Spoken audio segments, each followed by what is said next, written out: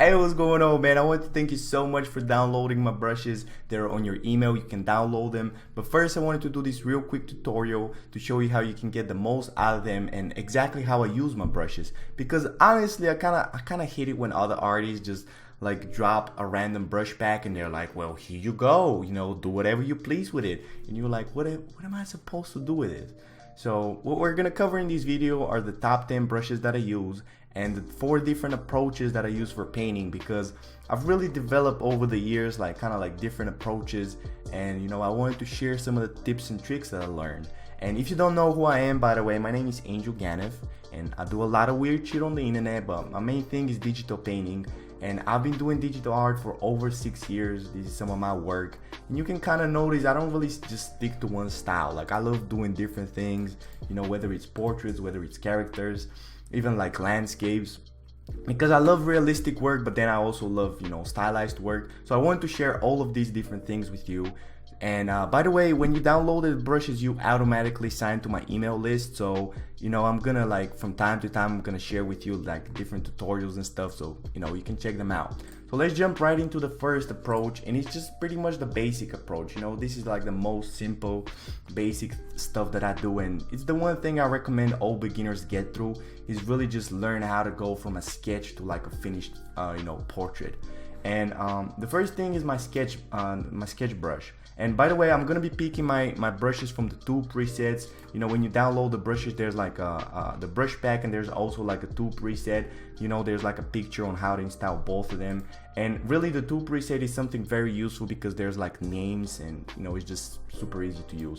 So the first brush is really the sketch brush, and I've been looking for a long time for a brush that actually can, kind of look like a pencil, because I know a lot of people sketch with a basic round brush, but I've never really got the same feel. The basic round is just like, it says it in the name, like you basic as fuck, right? So I wanted something that's kind of more special, and I found out this brush that really just has like an interesting shape, and it's almost like, when you're holding a pencil, it gets like a different, tip every time you draw with it. And that's pretty much the sketch brush. So I'd recommend you, try it out. It will kind of take for you a little bit of time to get used to it, but once you get used to it, I can definitely assure you that you're gonna get a better result, right?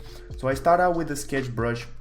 I pretty much just sketch out, whether it's a portrait or a character. I'm not really too worried about details. I know a lot of people do like a really detailed sketch, but I'm gonna cover that later. I use a different brush for that. Really, the sketch brush is for you to kind of find out exactly where the proportions are gonna be.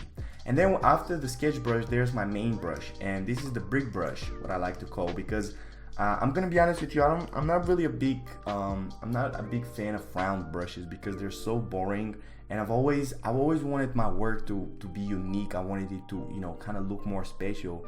So when I found out this brick brush, I was like, man, I want to use this, right? And it has like a really subtle texture to it. It has like an interesting form, and what I love about it most is that it has both like a subtle, like it's both soft and hard at the same time.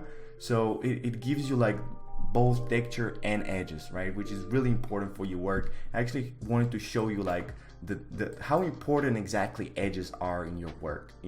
It's really just, I don't think beginners understand that, because when you look at a work, if it doesn't have like interesting edges, it's just boring to the eye. It can have the most interesting colors, lighting, but really edges are what makes your eye go throughout the work and really go like, wow. Like if you've ever seen, like a portrait or a landscape that's black and white, with no lighting, like this pretty much portrait, this is what I love about this portrait, is that it doesn't have any interesting lighting, it doesn't have any color, it's just pretty much edges, right? And you can see how over here is like a really blown out soft edge, and then afterwards is a really hard one. And really it's a whole like art in itself to know exactly how to use sketches. But a technique that I use actually is the lasso tool plus like a airbrush or the brick brush. So I'll either get the airbrush, which is next in my brush pack, or I'll get the brick, and what I'll do is I'll make like a shape, whether it's the hair or the face, and then I'll just go really lightly, and that will create like a really unique effect of both like a hard edge on one side and then a softer one on the other. So So that's pretty much what I do for the second stage. I use the brick brush and I go from the sketch to really just laying in the colors. And it's funny because people think that this is the hardest stage, like the last one, you know, where you add the details, but they don't realize it's actually the most simple one, because you just put on music and you just forget about everything. You know, you don't even have to think about anything because you're like, you already have the work there. And a lot of beginners, I feel like a lot of beginners are trying to go from here directly to here with adding a lot of details. But what they don't realize is you really need to learn colors, structure, lighting, and all this stuff in order for you to get to here. So really the hard thing is you getting from here to here, and then just the rendering is the easy part, right? It's really just these 3 stages. So what I use for these 3 stages, again, is the sketch brush and then just laying out the colors with the brick brush. And actually that's my next approach, is the soft approach. But so I'll use a combination between the brick brush and the airbrush. And what I love about the airbrush is that if you hold Alt and then right click, I actually set up right click on my stylus. You can go right back and forth between a hard round brush and then the airbrush, right? And it's really important to know exactly where you want the hard edges and where you want soft edges. For example, you always like have a hard edge right here at the eyebrow, right here on the nose, you know, the corner of the lips. It's really through practice you kind of develop your own style of knowing exactly how to play around with the edges. So really those are like the standard brushes that I use: the sketch, the brick, the airbrush, and then the round brush. You know, I kind of like the round brush for, you know, just laying in colors. You know, that's pretty much my second approach. It's just like the soft approach, because once you kind of get used to, you know, sketching and then, you know, finishing your work, you kind of realize that sketch is just kind of standing in the way of you, you know, portraying your work, because the line work doesn't really exist in real life. Like when you look at a person, there's no line art in their face, right? So the line art really just stands there, and you just kind of like, you have to, you know, lower the opacity and get rid of it. So once you get better, I recommend you get into the soft approach. And this is pretty much you just starting out with the basic colors and just kind of, you know, getting straight up to the final. And the reason why I don't recommend to these beginners is because beginners try to go again from here directly to here. They think that when you lay in the face, you can just go and draw an eye, you know, but as you can see, I go really, really softly to drawing an eye. Like there's no details, it's all about structure, right? But in here, I use the brick brush and the round brush, right? So it's like a combination between depending on if I need texture or I need more, you know, like subtle just changes. So it's really all about you building up the values and knowing about color. And by the way, if you're just starting out, I'll kind of recommend you to do mostly black and white stuff, you know, because color is really just, it adds a lot more pressure for you to know what you're doing, right? So stick more to black and white stuff and really figure out how you can play around with edges. And actually, before even black and white, you can just do like little sketches, then get into black and white, and then really get into color work. So the next brush that I have is what I like to call the highlight brush. And that's really, if you've ever seen my work, sometimes I'll add these juicy highlights, you know, to really make the portrait stand out. And the highlight brush is really like this raw, it's really highly textured brush, and it's good for adding details and adding like little, you know, like highlights somewhere. It really catches the eye, but I wouldn't recommend it for you to really paint with it, because it's so textured that it actually can get you confused. So that's pretty much what I'll do over here. If you see from this stage, getting from this stage to this stage, like for example here on the eyeliner and, you know, the lips and the highlights at the nose and the forehead, that's pretty much all done with a highlight brush. But again, you really need to master all the brushes before that. You really need to master the brick, the airbrush, and the hard round one, right? So after that, oh, that's another example of how I get from the brick brush to the highlight brush. So to this stage, it's pretty much you just using hard round and brick, and then you just get the highlight and you just get into details, and, you know, you get into all the funky stuff. But again, you really need to focus on structure. I can't stress this enough. So then we have the hand brush, and the hand brush is a really fun brush just for kind of like paint hair, fur, all these different things. And what I love about it is that if you're using the brick brush a lot like me, you're gonna notice that the hand brush is pretty similar in texture. It actually, I kind of like to like I've called it the hand because it really looks like a little baby hand, right? And it has a really similar texture to the brick brush. So if you use the brick brush a lot and then you add the hand, it really looks like, you know, it's coming from the same style. Because what a lot of artists do is they use a lot of different brushes, and at the end it just looks, you know, it doesn't look sexy, you know, because you're adding so many different textures that it looks like you didn't know what you were doing, right? Because if you knew what you were doing, you'd use like a couple of brushes. So don't get confused, because I have, you know, over 300 brushes. I rarely use all of them, right? I pretty much use like from 3 to 5 brushes on every single artwork. You know, it's really important to keep it simple and actually, you know, rely more on your skills rather than you relying on brushes and Photoshop effects. You know, it's really, even though it's Photoshop, you should really just focus on your skills. So that's pretty much the hand brush. I'll use it, you know, for like hair, for like fur. It has like really interesting edges. So if I want to kind of make something pop out, I'll just kind of like go in lightly and it just creates like this furry effect. So after that, after you've kind of mastered the first approach and then the second one, which is, you know, you just kind of going with the sketch and the brick, and then you just mastering doing that without the sketch.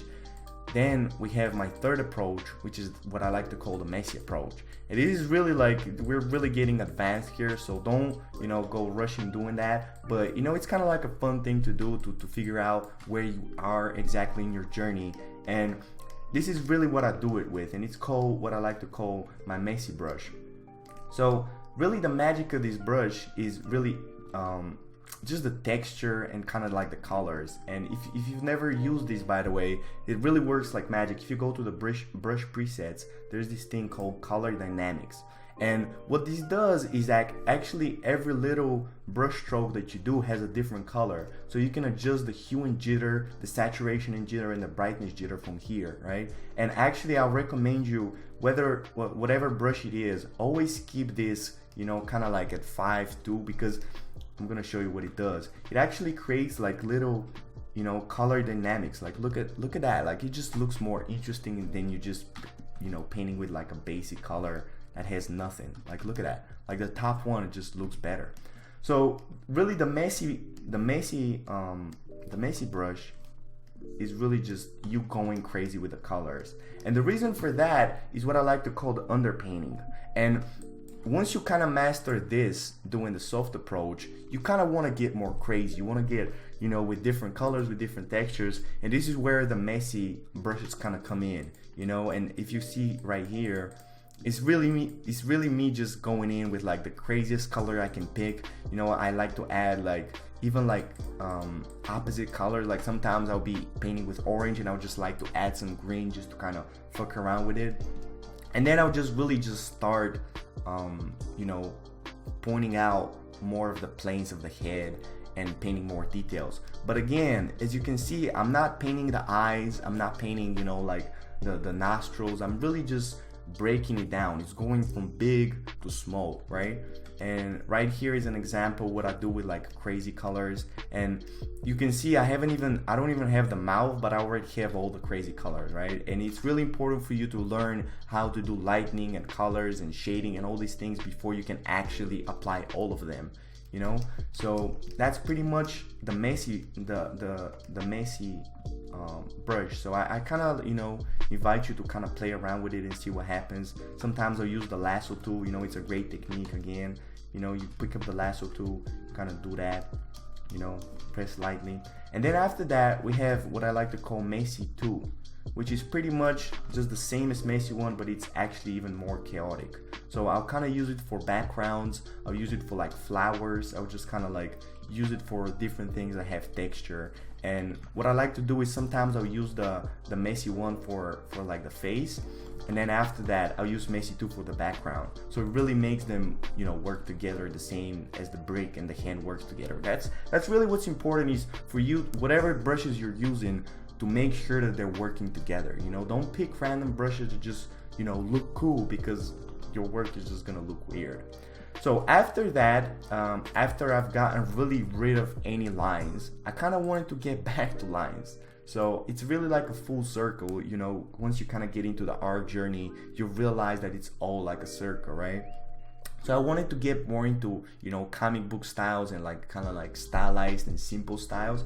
So recently I've really been playing with this more like a comic book style, and I wanted to show you how I go about it, right? And it includes my brush, what I like to call the ink brush, and it really looks like, you know, like normal ink. I really like it because it's like, it has like a simple triangular, you know, shape, but then when you kind of play around with it, there's a little, you know, a little bit of edginess. You know, it's totally not, you know, it's not like purely clean like the hard round brush. It actually has a little bit of shape to it.